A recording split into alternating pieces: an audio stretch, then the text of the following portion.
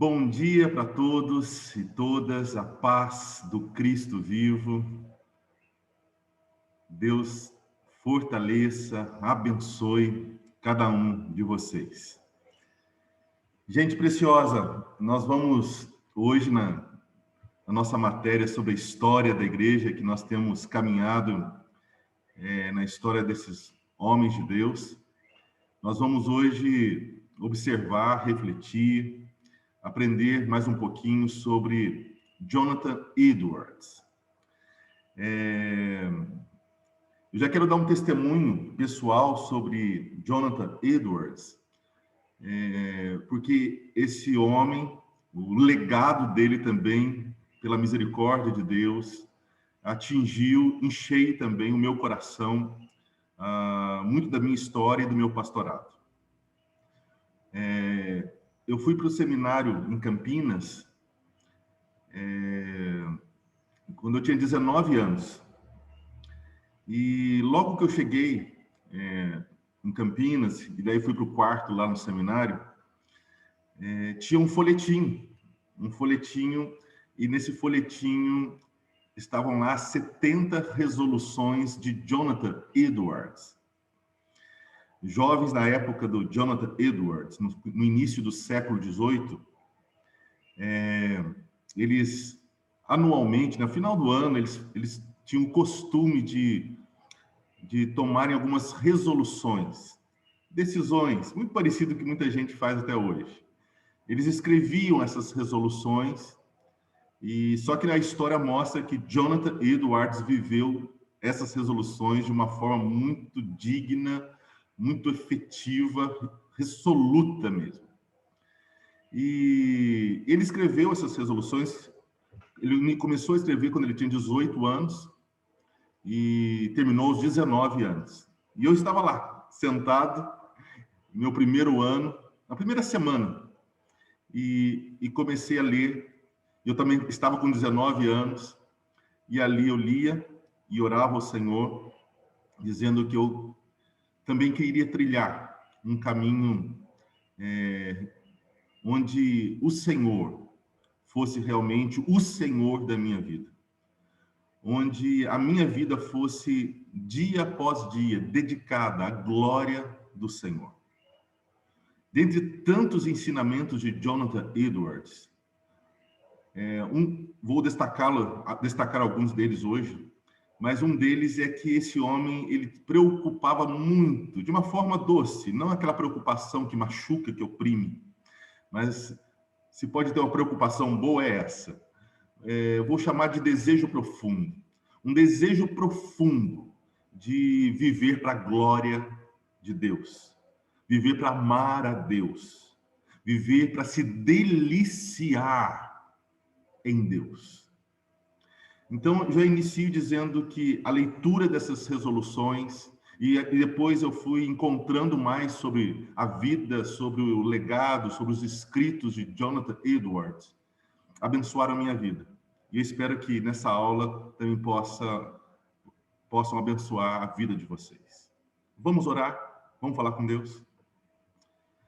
Senhor Deus, muito obrigado por esse dia, muito obrigado por mais esse momento tão precioso que é a nossa escola discipuladora.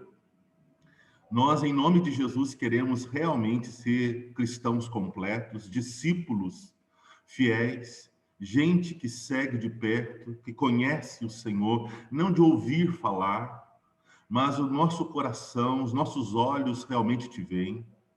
Senhor, abençoe-nos nessa reflexão, nesse estudo da história da igreja que temos feito, e em específico agora a história de nosso irmão Jonathan Edwards.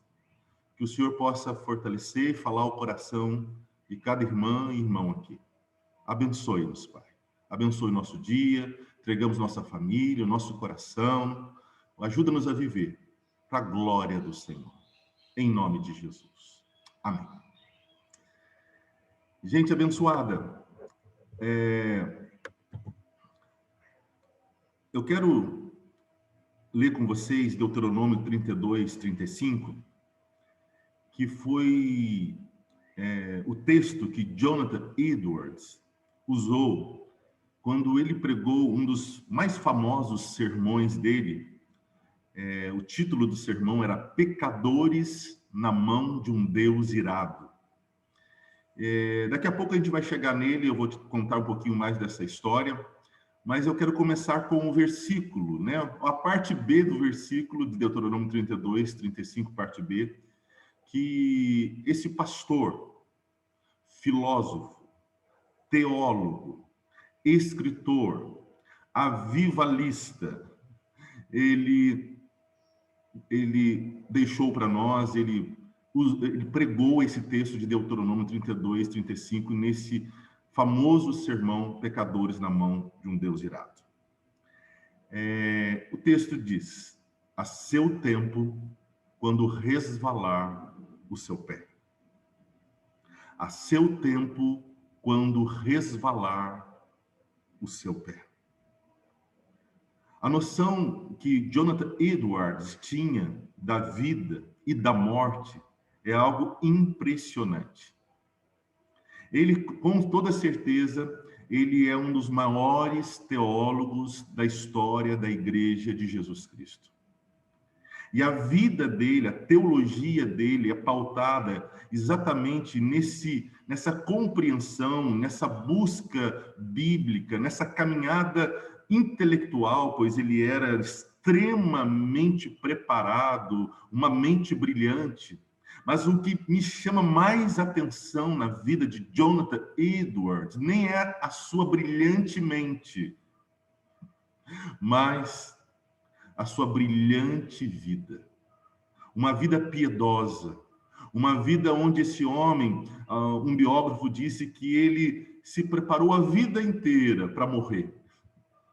Parece que as pessoas que realmente estão preparadas para morrer são aquelas que viveram mais intensamente, aquelas que viveram com mais dedicação e beleza, não porque tinham medo da morte, mas porque amavam a vida e sabiam que a morte é apenas uma porta, é apenas uma passagem para a glória de Deus. Gente que tem noção realmente da vida bela, da vida plena, da vida excelsa, da vida sublime, da vida brilhante, da vida eterna, abundante, que começa aqui e que vai pelos séculos dos séculos.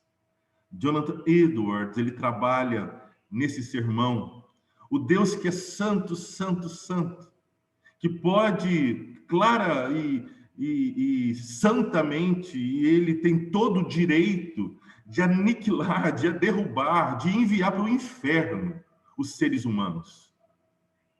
E ele, então, parece que é um sermão, né, pesado, parece que o Jonathan Edwards era alguém que só pensava em inferno e trabalhava com muita exortação, mas se você conhecer os escritos de Jonathan, se você ler os sermões dele, você vai ver exatamente o contrário, um pastor de almas, um homem amoroso, que realmente revela a justiça, que revela a grandeza, que revela a verdade sobre céu e inferno, mas revela toda a imensa graça, a graça poderosa do Cristo, que liberta, transforma, perdoa e salva pecadores do dia da ira. Bem, alguns homens de Deus que também têm marcado a minha vida e a vida de muitos homens de Deus na história da igreja, eles foram muito abençoados com a vida, com a teologia, com os escritos de Jonathan Edwards. Um deles é o Dr. Martyn Lloyd-Jones, um famoso pregador inglês, um homem que durante anos pregou o evangelho com muita dedicação, seriedade. Também um dos ícones, um dos homens reconhecidos na história da igreja como alguém que viveu de modo doce e fiel. Martyn Lloyd-Jones, esse famoso pregador inglês, ele disse o seguinte: talvez seja tolice, mas sou tentado a comparar os puritanos aos Alpes, Lutero e Calvino ao Himalaia, e Jonathan Edwards ao Monte Everest. Para mim, ele sempre foi o homem mais parecido com o apóstolo Paulo. Eu gostei muito de encontrar essa frase de Martyn Lloyd-Jones, exatamente porque ele é um pregador que tem uma história de fidelidade reconhecida na história da igreja. E essa declaração mostra claramente o que eu estou aqui tentando passar para vocês sobre a importância, sobre o legado, a beleza desse homem. Gosto sempre de lembrar, irmãos, que são homens pecadores, mulheres frágeis, gente como a gente. Gente como a gente.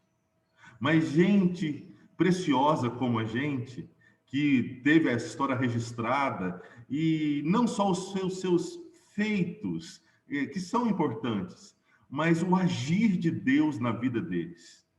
É muito bom quando a gente conversa com alguém e vê na história, na conversa desse alguém, algumas histórias que parecem com a nossa história.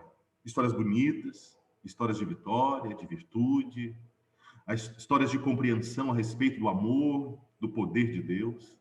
Mas também é bom quando a gente ouve e se identifica nas fraquezas do outro. Quando a gente escuta que uma pessoa passou por algo parecido, bem semelhante ao que nós passamos de luta, de pecados, de tentações, isso também é consolador. A história desses homens não são histórias perfeitas. São histórias de consolo, mas são histórias de gente que não só levou Deus a sério, mas amou profundamente o Senhor. E o testemunho de Martyn Lloyd-Jones, tem atualmente Tim Keller, que é um homem, um pastor muito conhecido, que tem abençoado muito a igreja de Jesus, também foi marcado pelo legado de Jonathan Edwards. John Piper, que é também um pregador batista conhecido também mundialmente. Todos eles dão testemunho de como a teologia, a vida de Jonathan Edwards impactou a vida deles. Para vocês terem um pouco noção do legado, tem uma outra visão, uma outra direção do legado de Edwards. Olha que interessante esse registro, que nos estudos eu encontrei. De Edwards veio uma grande, ilustre prole. Os seus descendentes, olha que interessante. Daqui a pouco a gente vai falar, ele casou com Sara. É uma história romântica até desse casal. Eles eram muito cuidadosos, né? Na última aula, nós estudamos a vida do missionário David, e nós vimos que houve alguns problemas sérios, ou muitos problemas sérios no relacionamento conjugal dele. Já na história de Jonathan Edwards, é uma história de muito cuidado, de muito carinho, de muito amor. É uma história onde ambos eram realmente muito, muito amorosos. À tarde, muitas tardes eles saíam e passeavam no bosque junto, andavam a cavalo juntos. Eles eram muito cuidadosos na criação dos seus filhos e no cuidado do coração do outro. Tem uma passagem que George Whitefield, não sei se todos já ouviram falar sobre George Whitefield, que também foi um dos grandes evangelistas nessa época, início do século XVIII, assim como John Wesley. E certa feita, George Whitefield foi na casa de Jonathan Edwards e de Sarah, e ele ficou impactado com a vida cotidiana, a vida familiar, doméstica daquele casal. George Whitefield, ele era solteiro e ele começou a orar a Deus pedindo uma esposa como a Sara, que era uma mulher doce, uma mulher dedicada a Deus, uma mulher que nos dias do avivamento também teve experiências profundas. Fala-se de a declaração que ela fez de fluxos e refluxos do amor de Deus que eram ministrados no coração, experiência sobrenatural, experiência física, experiência linda que essa mulher de Deus teve. Ela é muito importante na vida de Jonathan Edwards. E desse casal tiveram filhos, E aqui mostra um pouco dessa prole. 300 ministros, 300 pastores saíram dessa família. Até o século XIX, início do século XX, essa pesquisa. Missionários e professores de teologia. 120 professores universitários. 110 advogados. Mais de 60 médicos. Mais de 60 autores de bons livros. 30 juízes. 14 reitores de universidades. Numerosos gigantes da indústria norte-americana, 80 detentores de importantes cargos públicos, 3 prefeitos de grandes cidades, 3 governadores de estados, 3 senadores, um capelão do Senado dos Estados Unidos, um fiscal da Fazenda e um vice-presidente dos Estados Unidos. O legado deles, para a família deles, foi um legado de espiritualidade profunda, mas de trabalho, de serviço profundo também à sociedade. Os puritanos tinham em mente isso. Gente piedosa, gente que amava a Deus, mas gente que trabalhava para implantar o reino de Deus na terra. E por isso o trabalho na roça, o trabalho do comerciante, todo tipo de trabalho na cultura, no princípio, que é bíblico, dos puritanos, o trabalho era feito com amor, para produzir riqueza, mas para essa riqueza abençoar vidas, abençoar a nação. Bem, Jonathan Edwards, ele nasce então em 1703, início do século XVIII. Ele faz parte de uma família de 10 irmãs. Ele é o 5º filho de uma família que tem 10 filhas. Aos 7 anos, Jonathan Edwards já estava sendo educado e ensinado a falar latim. Com 15 anos de idade, Jonathan Edwards já estava na faculdade, na Universidade de Yale. Naquela época, quem sabia grego e hebraico já podia entrar na faculdade. E com 15 anos ele sabia grego e hebraico. Ele é conhecido como o último puritano. E ele deixa um legado para nós, principalmente a respeito, e queria dar uma parada agora aqui, que ele trabalha de forma brilhante a respeito dos afetos que nós temos que ter a Deus. Jonathan Edwards, ele defendia que uma pessoa realmente é transformada, uma pessoa realmente é mudada, não quando ela adquire todo um entendimento, quando ela é catequizada, discipulada, embora tudo isso é muito precioso, e ele era um teólogo por excelência e um dos maiores. Ele é tido no mesmo nível de Agostinho de Hipona. O Martin Lloyd Jones diz que ele é o que mais parece com o apóstolo Paulo. Então, para vocês entenderem a importância do estudo para esse homem. Mas ele defende que uma pessoa realmente é transformada quando os afetos são transformados. Agostinho já tinha dito isso. Que pessoas realmente felizes são pessoas que têm os afetos reordenados. Então, uma defesa, uma tese da vida de Jonathan Edwards é que as pessoas são transformadas quando realmente o sentimento, os afetos, o coração dessa pessoa está totalmente dedicado, quando essa pessoa começa realmente a trilhar, a se aprofundar no amor a Deus. Gente que ama cresce. Gente que tem sentimento bom, sentimento puro, sentimento que é a ação do Espírito, a ação da palavra, gente que tem um coração que vai em direção a Deus. Esses são transformados. Se o coração não for transformado, se os afetos, se o sentimento não for transformado, se os nossos afetos não forem focados, direcionados ao Criador, ao Pai, Filho e Espírito Santo, ele defendia que a pessoa não ia provar de mudanças verdadeiras, verdadeiramente cristãs. Como você coloquei aqui, ele nasce em 5 de outubro de 1703. O avô deles, Salomão, era um pastor congregacional. O pai dele, Timothy, era um pastor congregacional. E sua mãe, Esther Studer Edwards, também uma mulher piedosa. E o pai e a mãe cuidaram muito, muito do coração e do intelecto desse filho. Ele nasce em East Indison, em Connecticut.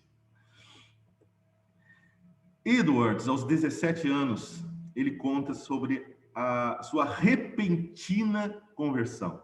Eu achei interessante que, assim como João Calvino, ele fala usa a mesma linguagem, repentina conversão. Isso aponta muito sobre a obra, que é uma obra de Deus. Que não é apenas alguém que foi bem educado, embora isso é muito importante. Não é alguém que nasce numa família de pastores, isso é muito legal. Mas é alguém que é atingido pela graça poderosa de Deus. Ele, então, escreveu o seguinte, que enquanto contemplava 1 Timóteo, capítulo 1, 17, olha, palavras de Jonathan Edwards, veio à minha alma, como se estivesse espalhando-se nela, um senso da glória do ser divino. Um novo senso, totalmente diferente de qualquer coisa que eu já havia experimentado antes. É o novo nascimento, é o abrir dos olhos do apóstolo Paulo, é o nascer de novo de Nicodemos. É a experiência que eu e você, pela graça, tivemos. E se alguém aqui não teve, que a graça o alcance nessa manhã. Bem, Jonathan Edwards, ele forma em Iowa e ele vai ajudar a pastorear a igreja de seu avô, Salomão. Salomão já era muito conhecido, era um pastor famoso na América. Nós estamos falando do início dos Estados Unidos. Esse homem nasceu nos Estados Unidos, uma colônia ainda inglesa. A Nova Inglaterra também, como era conhecida. E nesses primeiros anos em Northampton, ele começa a cuidar, abençoar, aprender com o avô, cuidar de gente. Como eu já disse, ele foi um dos maiores teólogos.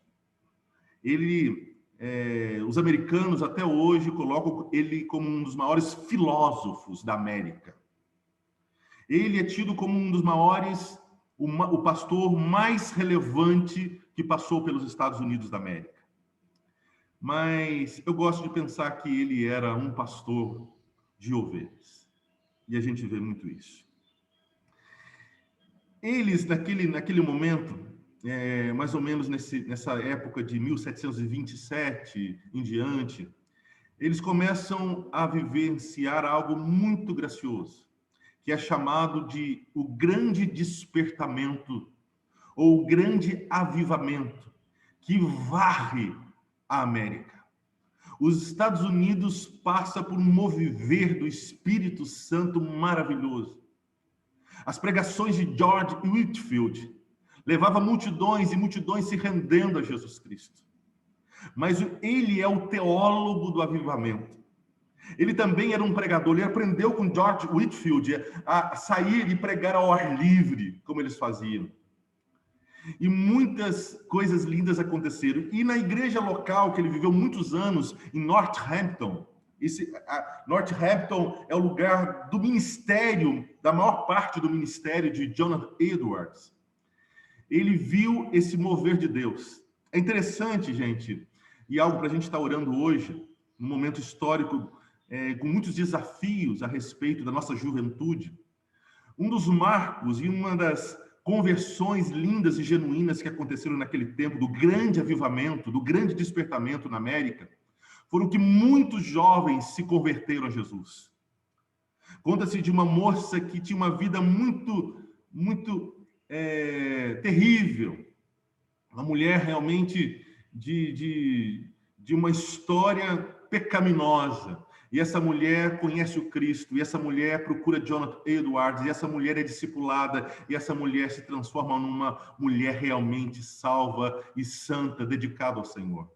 E essa história dessa mulher começa a levar outros jovens, e muitos jovens se apaixonam, têm os afetos reordenados, os afetos na direção do Alfa e do Ômega, do Cristo de Deus.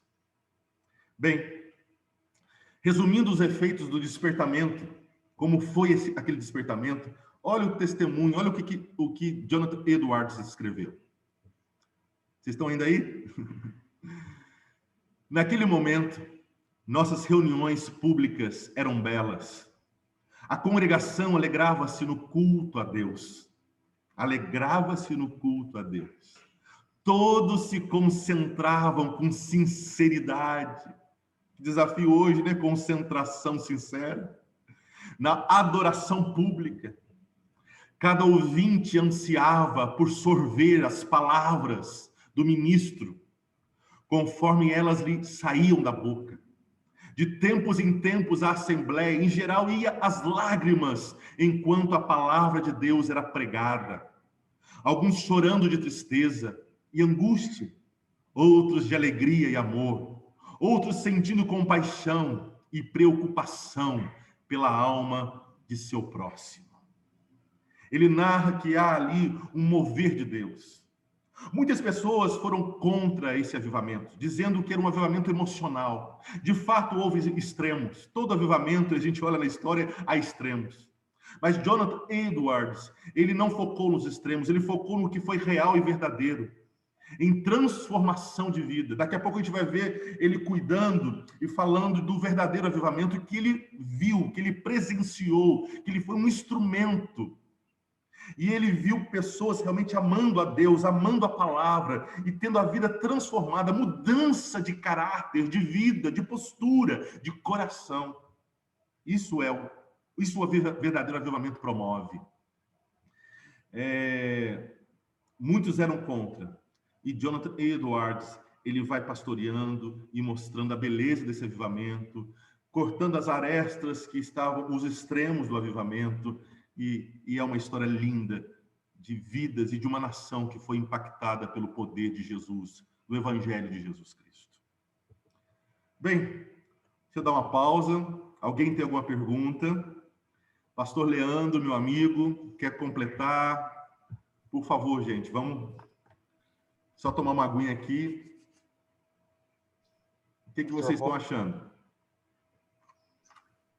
Eu acho tão interessante na história de Jonathan Edwards, pela intensidade, né, que ele levava a vida cristã. Ou seja, ele levava a vida cristã muito a sério, a perspectiva de que é preciso ter temor a Deus, é preciso viver em santidade, é preciso reconhecer a fraqueza, a miséria, reconhecer a graça, o amor de Deus. E ele se identifica como não um teólogo distante, teórico, frio, mas um teólogo movido de fato pelo Espírito Santo de Deus, a uma comunhão profunda com Deus. Eu acho que isso que faz diferença em todo o seu contexto, em toda a sua vida, em toda a sua história. Porque nós vivemos hoje no século XXI, principalmente nosso contexto hoje, em que há muitos teólogos bons, muitas ideias, filosofias, ideologias, mas que estão desconectados com essa profundidade de comunhão com Deus. E até Jonathan Edwards, ele fala assim que a vida dele não era um livro que trazia um escrito teológico apenas, mas a vida dele era uma carta escrita por Cristo. Ou seja, ele entendia que Cristo fez dele uma carta né, para o mundo, para as pessoas, para a sua família, né? Até ele deixa um legado muito grande, né, para a sua família, para os seus filhos, um grande homem de Deus, servo, temente, o cara apaixonado por Jesus. E eu acho que é uma contribuição que nós hoje podemos refletir. Se nós queremos buscar um avivamento, buscar um novo tempo para a igreja, para as nossas vidas, para a nossa casa, para a nossa família, tem que ter essa profundidade de vida com Deus. Não uma vida superficial, não uma vida muitas vezes distante, né? A gente até conhece, sabe daquilo que a palavra de Deus mostra para nós, mas a gente precisa, de fato, colocar o nosso coração centrado no Senhor. Eu acho que assim nós iremos provar verdadeiramente de um despertamento, de um novo tempo para a igreja, para as nossas vidas e para a nossa casa e para a nossa família. Então, eu creio que uma das coisas principais para nós é entendermos que nós somos essa carta escrita por Cristo, por meio de Jesus, por meio do sacrifício, por meio da graça, por meio do amor de Deus.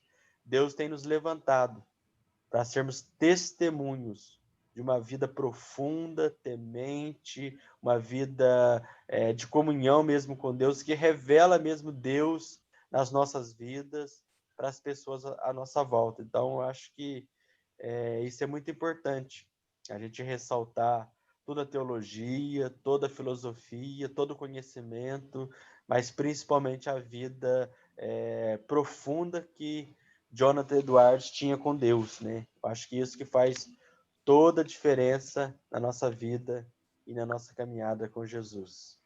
Amém, Leandro. Amém. Obrigado, meu irmão. Que coisa linda, né? Nós podemos ser essa carta. Tem um pastor, um teólogo também reconhecido na igreja atual, Steve Lawson. Ele fala de como nós hoje, a igreja do século 21, a igreja atual, precisa, claro, voltar à palavra, voltar ao evangelho, mas também estudar a vida, estudar os ensinos de Jonathan Edwards.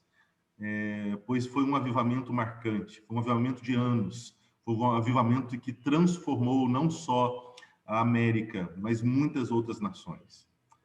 Bem, de fato, o avivamento alcançou seu auge em 8 de julho de 1741, quando Jonathan Edwards pregou o seu sermão mais famoso. Teve sermões lindos, viu, gente?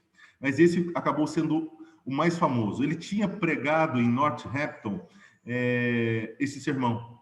Depois ele foi para uma conferência em outra cidade, que agora não tenho o registro dela, e lá nessa cidade, na América, ele pregou esse sermão que tinha o tema, né, pecadores nas mãos de um Deus irado.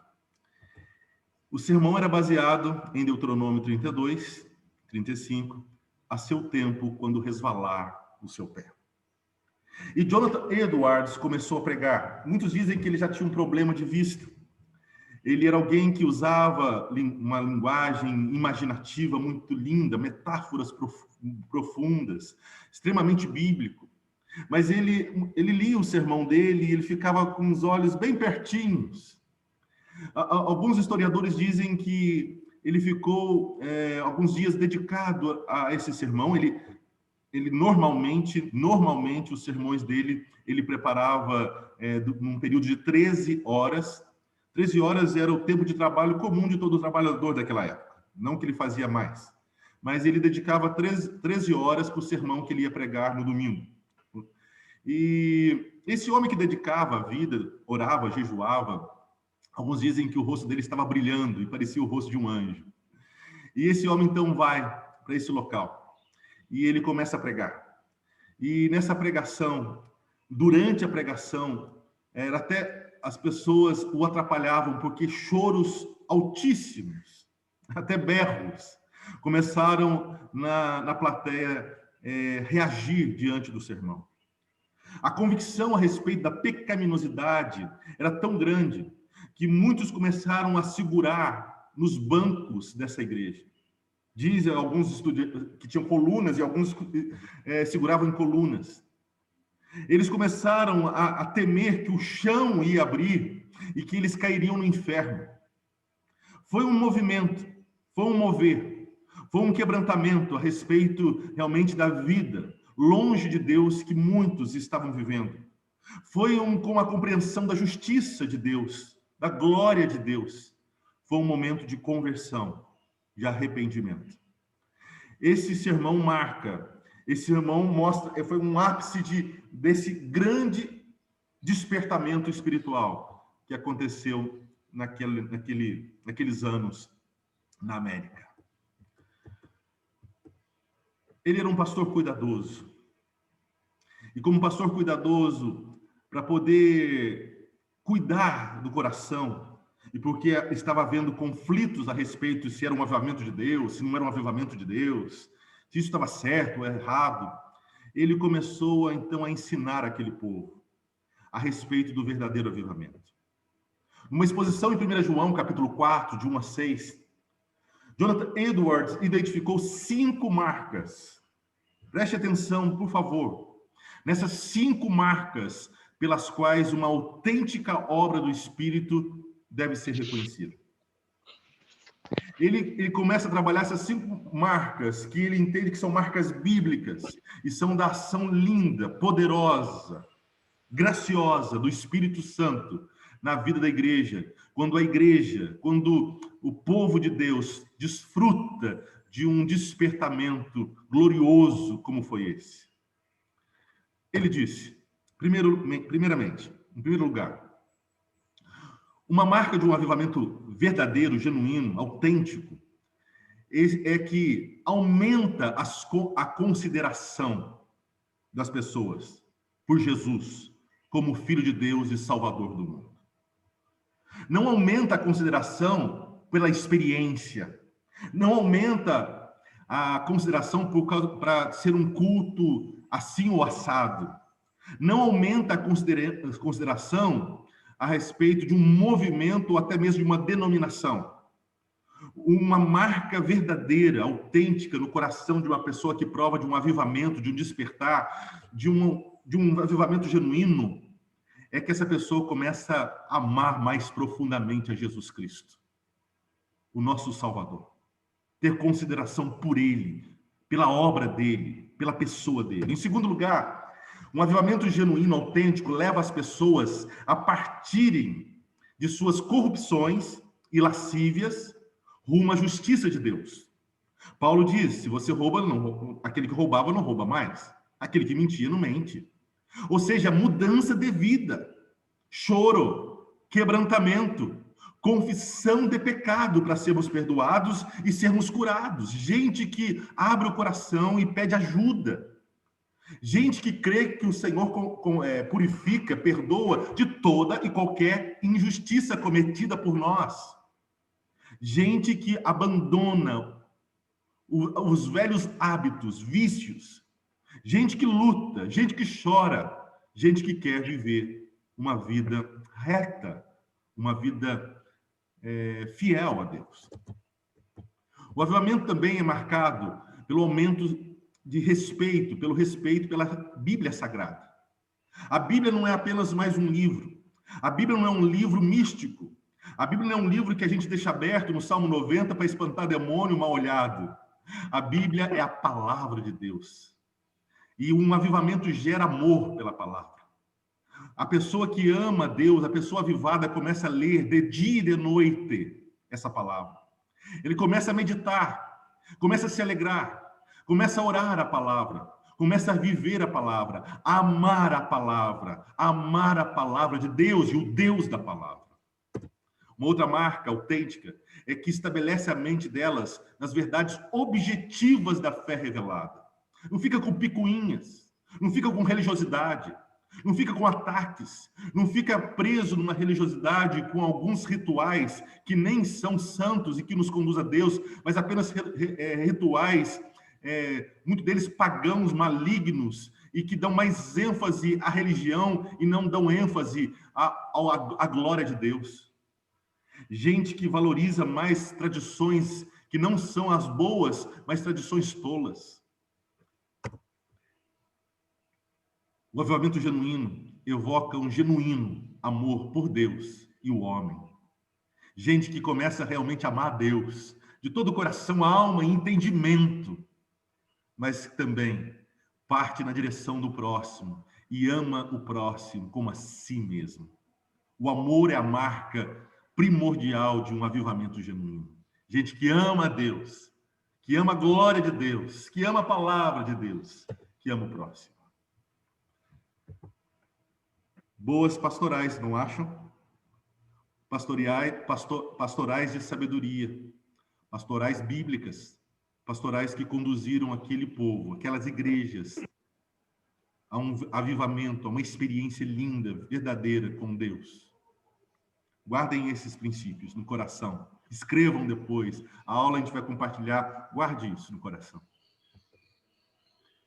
Bem, gente, eu quero partir para os últimos momentos e a conclusão vai ser sobre as resoluções que ele teve. Eu não vou falar das 70 resoluções.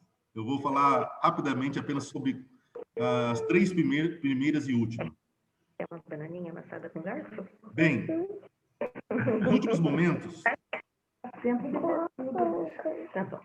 Não tem pergunta aí não, né, gente? O microfone aberto, tudo bem? Vamos lá? Os últimos momentos da vida de Jonathan Edwards. Gente, eu vou resumir. Tenta mutar aí, gente, para não atrapalhar a aula. Eu vou resumir para vocês um pouquinho agora, né? Tanta coisa, tanta riqueza. Mas vocês entenderam que ele foi um teólogo do avivamento, né? Um pastor cuidadoso, cuidava da sua família, cuidava da sua congregação. Muitos anos pastoreou a igreja, que era uma das maiores igrejas, que era a igreja do seu avô. Ele substituiu o seu avô, a igreja de Northampton. Mas aconteceu algo muito interessante, intrigante, um dos mistérios também da história da igreja.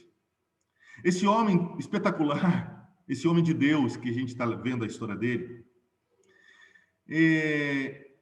aconteceu algo bem triste nessa igreja de Northampton. O seu avô, Salomão, ele era um pregador, ele era alguém muito cuidadoso, mas ele aceitava que pessoas que ainda não demonstravam verdadeira conversão tomaram a ceia.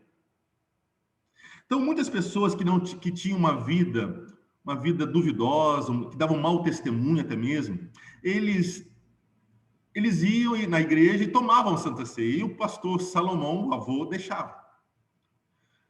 No decorrer dessa história, Jonathan Edwards começa a ensinar que a ceia é algo muito rico, é para o povo de Deus, mas para gente que ama Jesus e que está realmente numa caminhada séria com Jesus. E isso causou muita desordem. Isso começou a ter muita gente se opondo a ele, ao ponto de fazer uma assembleia. E 90% da igreja resolveu dispensar Jonathan Edwards. Mandaram ele embora da congregação. Acreditam nisso? Dispensaram esse pastor, porque ele só queria que pessoas realmente que davam bom testemunho participassem da ceia. Ele prega um sermão lindo de despedida, sério, profundo. Ele tinha convite para várias igrejas grandes, ele era conhecido, né? Era bem famoso na América, mas ele vai para a fronteira, cuidar de índios, pregar de um modo simples. Ele que era os sermões dele eram bem complexos, grandes, mas lá ele começa a pregar sermões menores e cuidar de índios. Ele vai para a fronteira. E ficou alguns anos lá. Nos últimos dias, quando ele ainda estava lá, ele foi convidado para ir para ser o reitor da Universidade de Princeton. E depois de muitas tentativas, ele aceita. Mas só que ele ficou apenas 5 semanas como reitor de Princeton. Ele foi vacinado contra a varíola, teve uma reação.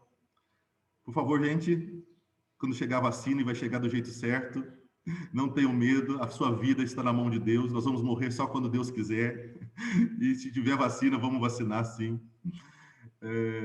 Esse homem morreu por causa da reação que ele teve da vacina de varíola, que estava acontecendo uma epidemia de varíola na sua época.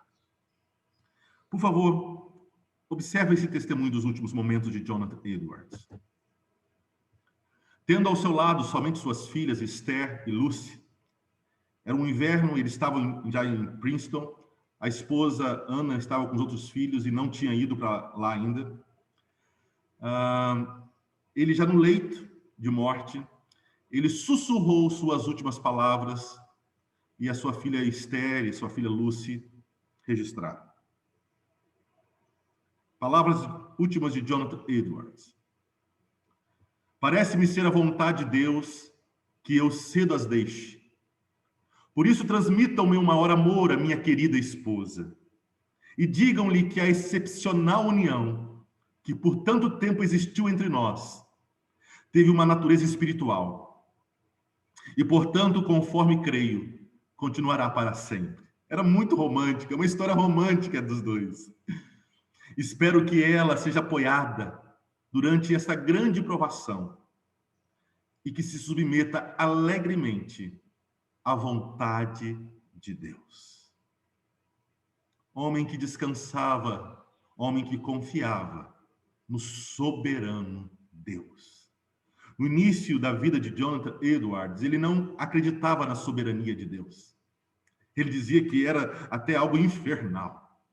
Mas depois ele foi um dos maiores defensores e deixou claro a soberania poderosa, graciosa do nosso Deus. Sara, a esposa de Jonathan, escreveu para Esther.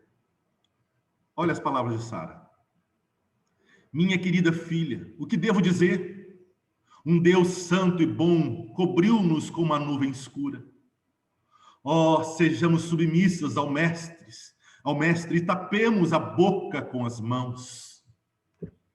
O Senhor fez isso. Ele me fez adorar sua bondade, por meio da qual o tivemos por tanto tempo. Mas o meu Deus vive e tem o meu coração. Que mulher crente, né, gente? Oh, que legado meu esposo e seu pai nos deixou. Todos fomos dados a Deus. Com ele estou e amo estar com ele.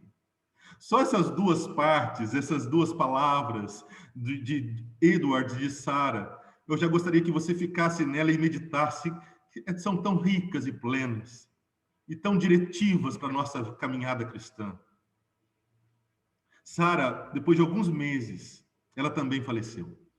Ela teve uma desinteria e morreu por causa de uma desinteria. Esther, essa filha também, antes mesmo de Sara, morreu. Ela também teve reação da varíola, da vacina de varíola, e faleceu. Mas uma família, não só um homem, mas uma família, que deixou um legado de fé, de esperança, de amor a Deus, de soberania, de trabalho, de como é ser um cristão verdadeiro e completo.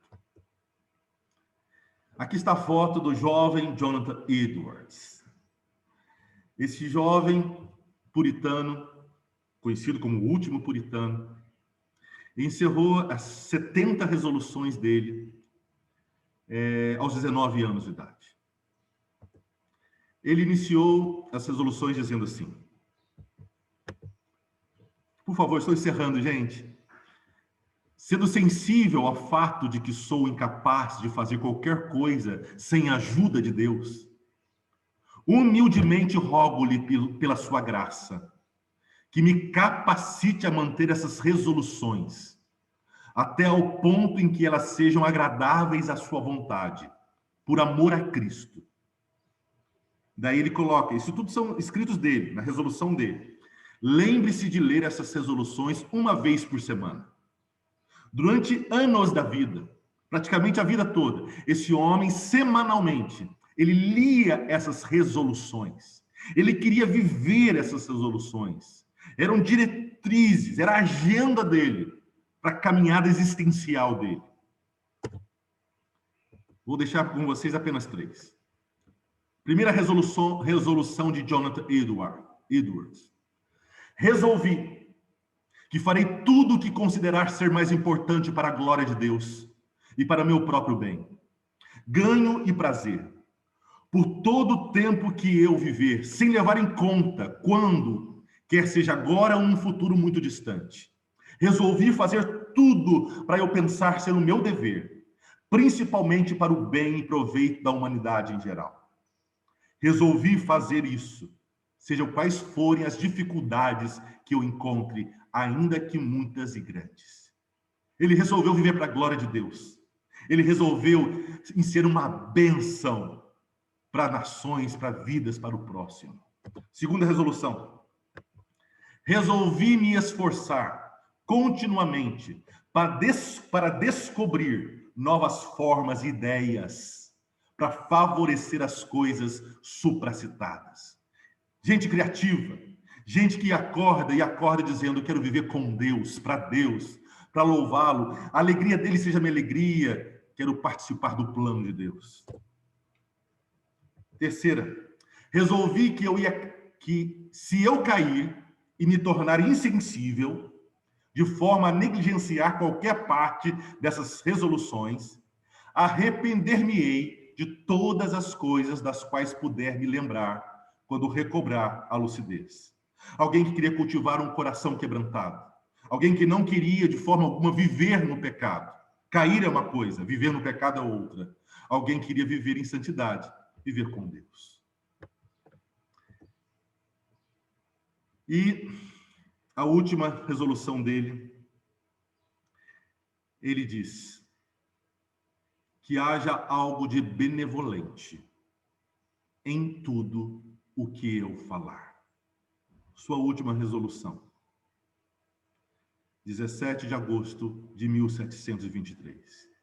Que haja algo de benevolente em tudo o que eu falar. Espero que essa minha fala seja benevolente e possa ter fortalecido, abençoado o seu coração. Pastor Leandro? Oi, pastor.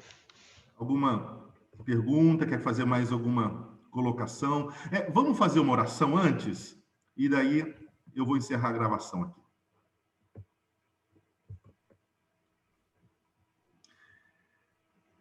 Senhor Deus, muito obrigado por esse dia mais uma vez. Obrigado, Pai amado, pela tua palavra. Obrigado pela história de Jonathan Edwards.